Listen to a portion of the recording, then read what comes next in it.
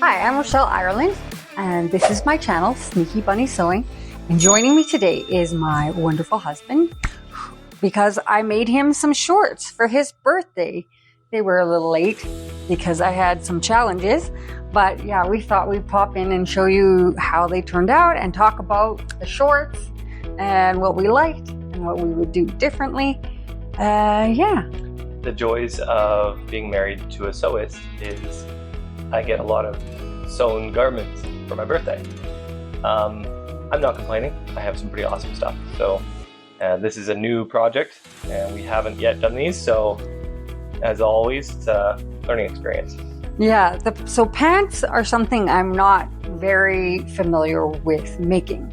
So I pulled off a free pattern from Mood Society. It's the Woodsia cargo shorts, and I just kind of went straight off the pattern.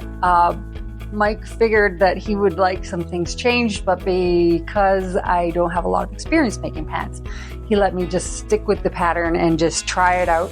And we used a bed sheet as a wearable muslin, so I could just kind of test drive the pattern and see what we liked and what we didn't like and get a good idea of that. So there's a lot of things to love about basic cargo shorts, and most of the things that I love about them, I would say that I like about any cargo shorts. So specific to this pattern, I would say there's probably no individual characteristic that makes it stand out. It was free. It was free. We liked that. The material that we chose, while it was a bed sheet, didn't cost very much, and I mean, I'm always concerned about pocketbook. And number two, because it was a cotton bed sheet, it's a really good material to use for a summer cargo short. They're breathable. It's lightweight. The sheet that we chose in particular is one that I got at the thrift store. I really like the print, right, but it's like a stiffer bed sheet. So when I got it home, I didn't realize that it was a stiffer bed sheet. Then I got it home and I was like, what am I going to use this for? And we came up with this idea to make shorts out of it for him. Right. Because, it's cheap. And then if it doesn't work out, or we have to cut away fabric and waste fabric, we're not spending a lot of money to do that. So it was a really good way to do a wearable muslin. So we will put in some twirl footage of my husband and show off the shorts. I'm not going to twirl. I will stand and show off the shorts, and there are basically a number of things about them that we absolutely have to change for the final product. As they stand, as they are wearable, and I can go and about, and they're fine. But there are some aspects of them that absolutely drive me crazy. So yeah, if you're going to make these shorts, number one issue that we ran into is how much ease is in the pattern. So I made the size for my husband's waist size. According to the pattern. As per the instructions. And it has an awful lot of ease. We will put in some footage here of my husband showing him how much ease there is. There is a lot. I have a size 34 waist. And when I buy jeans from the store, I wear a size 34. Sometimes they fit a little on the tight side, so I might go to a 36. And also, I always wear a belt. I've been wearing a belt since I was young, and I just feel comfortable with the belt, and I feel uncomfortable without. And so that was another thing too, is we had Rochelle add some belt loops to the shorts because they didn't come with belt loops. To me, that's critical at the showstopper. They need belt loops. It was a pretty easy fix. Now we did find that it's an interesting construction on this. So it has the waistband in the front and it has elastic in the back. The waistband is normal in the front, it just like you would expect on any pair of jeans, but the waistband in the back is sort of a grown-on waistband or facing that you fold to the wrong side and you fold under and you create a channel for your elastic.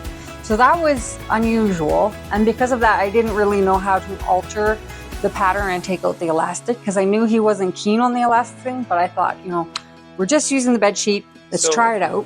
An upside to using an elastic is that you are more flexible with fit. One of the problems I've had with some of my cargo shorts in the past is number one, as you get older, you tend to put on a little bit of weight. And I have, not astronomically. Here or there, a little bit of fluctuation. Yeah, and so as a consequence, sometimes they get a little on the tight side.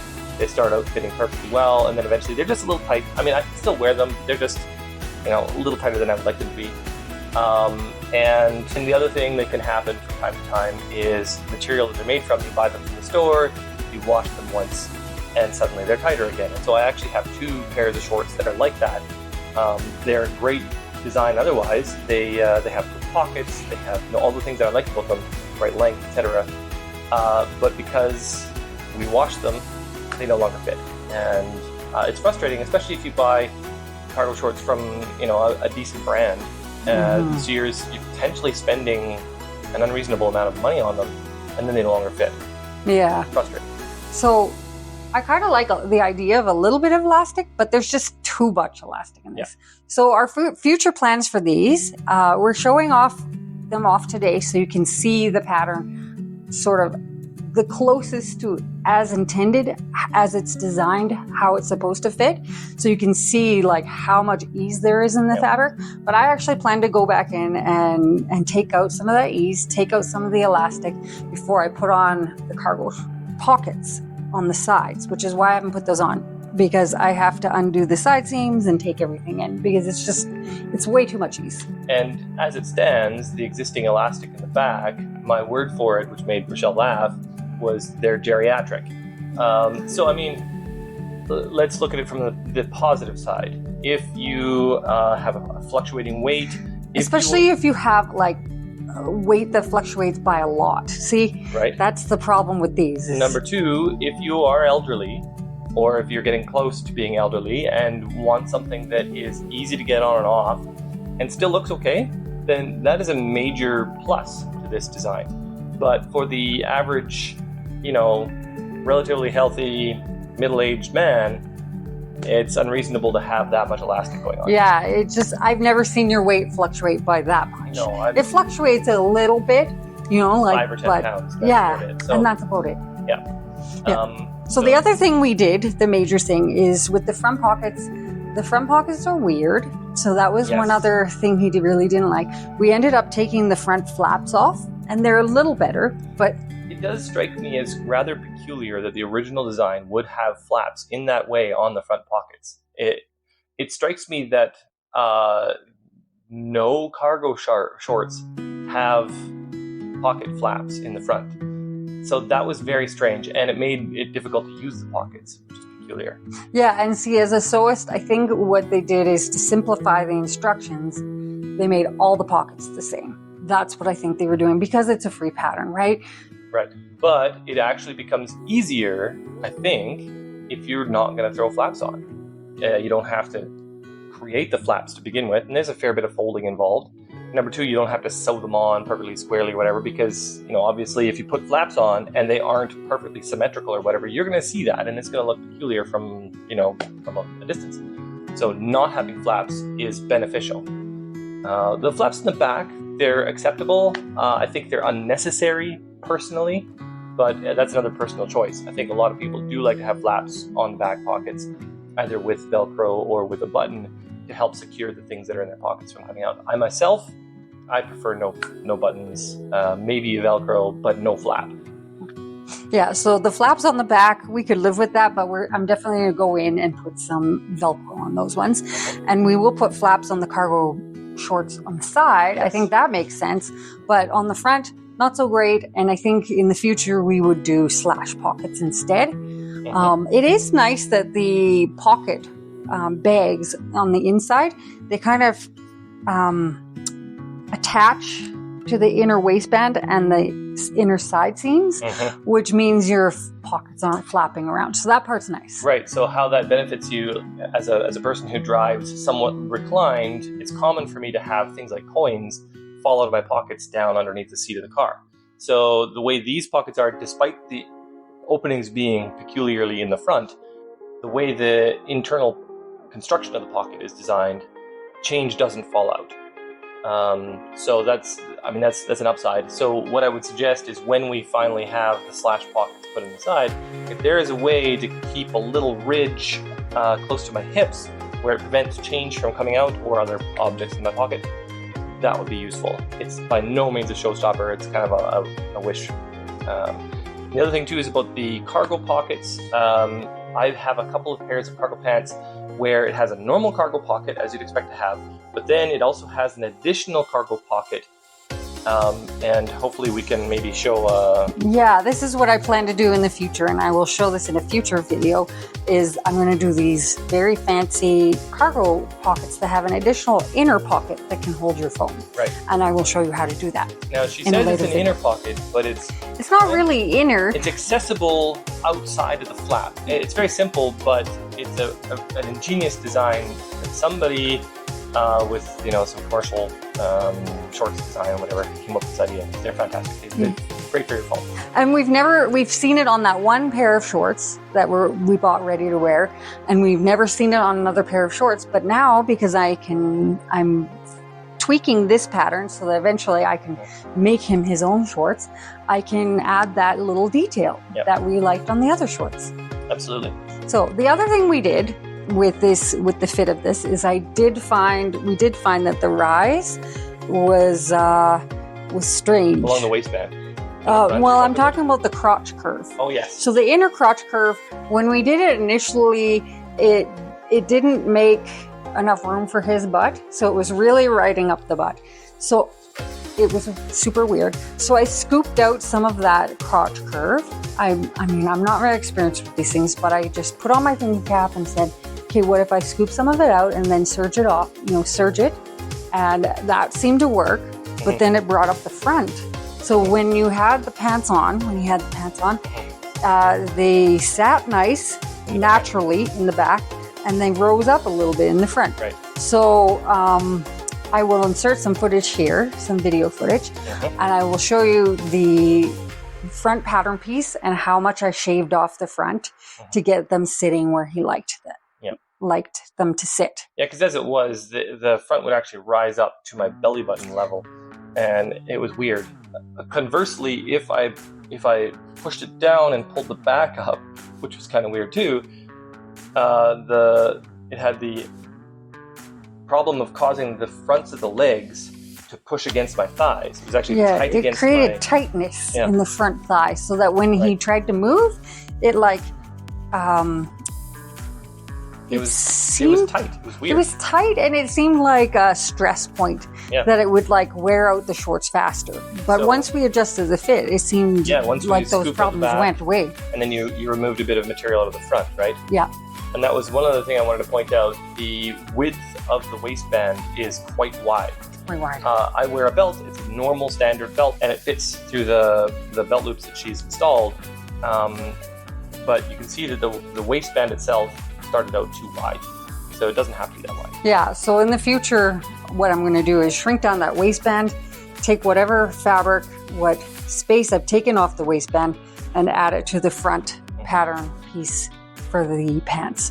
And that'll take care of that issue. And we've already worked out how much it needs to come down, so it'll just be a matter of adjusting the size of that waistband. We haven't even talked about how I converted. So the original pattern, how do I say this? It was a faux fly front zipper on the free pattern. So the original didn't have a zipper in the front at all. And so the pattern didn't have a zipper in the front at all, and there was no obvious way to install a zipper. So you had to actually come up with your own. Yeah, so what I did is I kind of went down the rabbit hole. I'd never done a fly front zipper. So this one was a faux fly front, and it looked super easy to construct. So by all means, if you want to try these and just stick with the faux front fly zipper, and your husband's okay with it, that would be the way to go. But if not, there's this wonderful tutorial by The Last Stitch. She has free PDF patterns of all the pieces you'll need, and you can convert the pattern pieces of the Woodsia to include a fly front zipper. If I remember correctly, though, you said that there was one error in her pattern. Yeah, one of the pattern pieces, you're right about that, sorry to interrupt, was flipped. So, and it was actually the inner facing piece. So, because I was making a wearable muslin. I didn't worry too much about it. I could have recut that piece. It's very, very small, but it was flipped the opposite way around, and it needs to be reversed so that when you put it together, you get the fashion fabric on the outside and then on the inside the same. But the way his are right now, it has actually the wrong side of the fabric facing inwards, which for facing is not a big deal. And so I just made it work. I didn't recut that piece because you have to interface that piece too. So I would have had to recut it and then interface it. So I didn't bother, and it was fine.